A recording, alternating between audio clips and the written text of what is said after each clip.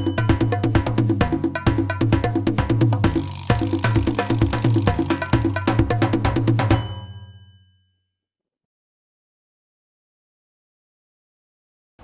morning, good afternoon, or good evening, depends on where in the world you are at this time, but thank you for tuning in. Today's video, I'm going to cover over what we've done in the past week.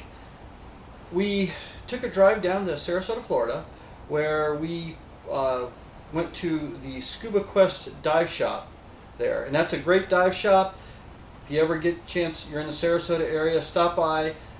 We talked to Jersey, and Jersey's a great guy, gave us some great advice, helped us out. We went in there originally to look at dive masks because Terry and I both, as we've gotten older, now require glasses. We can't wear contacts anymore. Our eyes just don't like them. So we needed prescription dive masks because you have to. Whole reason to go underwater is to see things. We went in there to ask about prescription masks, and we were expecting that we'd have to send them off with our prescription to get them filled, and lo and behold, they make off-the-shelf dive masks in prescriptions. So the dive mask that we picked up, and this is mine, it's a Tusa Liberator Plus dive mask, and I was able to get, because I have left eye needs a higher prescription than the right eye, so I was able to get the two different prescriptions, and they're not exact, but they're pretty close. Terry was able to get exactly because her eyes are pretty close to the same, but I was just off by a little bit, or actually the left lens is almost exact and the right lens is off by just a little bit. So if you're ever in the market for prescription dive masks, before spending $300-400 on a dive mask, I would look at these. They make them in a range of vision corrections. Now I do wear progressive lenses, and these aren't done for that, but that's okay. They'll still work for what we need them for. I'm not going to be reading any small print as I'm diving. And since there were such a great bunch of guys there at SCUBA Quest, we decided to go ahead and purchase our dive gear there. They gave us a really good deal. Once again, I can't speak highly enough of them. Make sure you get down to see them if you're in the Sarasota area, you need some scuba equipment, or just drop in and say hi to them. Eric and Jersey are both there, and they're both very helpful, and they'll set you up right. So what dive gear did we get? Well, let me just break out one of the sets and I will give you a look. I'm back, and I've got the dive stuff here. So first off is a tank. We got two of these 80 CFS aluminum tanks in brushed. They will work very good for us. It's what we used when we were diving on Kwajalein Atoll. If you haven't seen those videos or video slideshow, I'll leave a link somewhere up above, and you can go back and watch that of all the dives we did on the Kwajalein Atoll. This whole scuba setup isn't as good as the scuba setups that we had then, but then again, we don't have, our budget's pretty small. We don't have that much money to spend on all that fancy gear that we did before. The reason why we had it then is because we got a really stinking deal. I think we paid the same amount of money for the scuba setup we had there as we did for what we got here. So the next thing after a tank, you need what's called a BCD, a buoyancy compensating device, and that's what we got here. And this is the Oceanic, Aqualung Axiom, and it did come. We did have it come with they call it the Air Source. The setup that we had before was a Scuba Pro, and that was the Air 2.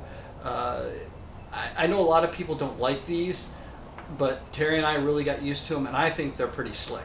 So, and it's a lot nicer, I think, than having that dangling octopus rig that always seems to get in the way when you're diving. So, looking forward to using this setup. It should be pretty much the same as what we used before with the Air 2 from Scuba Pro.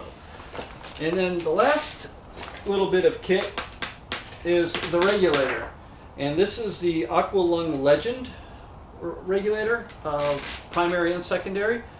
And they said it's a very nice regulator. We haven't dove on it yet, but we will soon, hopefully. Hopefully we'll be able to take you along with us. And then in addition to the regulator is an oceanic computer with compass on top. And this is one of those computers, I was a little leery of it. We'll see how well I like it or not, or whether I like it or not. It has the air pressure gauge, the tank pressure gauge, built into it. So I know a lot of people like that. I'm a little old school. I like that analog gauge. To me, it seems more accurate, but we'll see. If in reality, if your analog gauge goes out and you're on a dive, your dive is going to end, then you're going to surface. So if the analog gauge goes out on this, same thing. Your dive ends, you go to the surface, and your day is done, unless you got a backup one to take out. So anyway, that's what we did this past week. We have been going to the pool here at the park to test out the masks and swim fins and everything, and snorkel. Terry also got a brand new snorkel, and she loves the thing. Maybe we'll do a video on that a little later, but she loves that snorkel too. She said it's the only snorkel she's ever used that she can actually clear in one breath, and that's a pretty good thing. Other than that, we'll go ahead and end this video. Now, in a couple days, we are heading over to the east coast of Florida, where we're going to do the survey and sea trial for the boat. So stay tuned for that video. It'll be coming up probably next week or the week after that. Depends on how much time I have. We have had a little bit of issues with insurance, as many of you boat owners probably know, or people who look at in the boat market. Insurance tends to be, for at least U.S. flag vessels, is getting harder and harder to get and more expensive. So part of the insurance fiasco we got going right now is that they're wanting a captain to sign off on our skills. So I'm in the process now of trying to find a captain who can do that for us. There's a couple options out there, so we'll be in prayer about that we can get signed off quickly, so that we don't have to have a captain on board whenever we want to move the vessel. Other than that, I'm gonna go ahead and end this video right here. Remember to like, subscribe, and do all that other YouTube stuff. If you did like this video, hit the thumbs up, and stay tuned for the next video, where we'll go over our sea trial and survey. Till next time.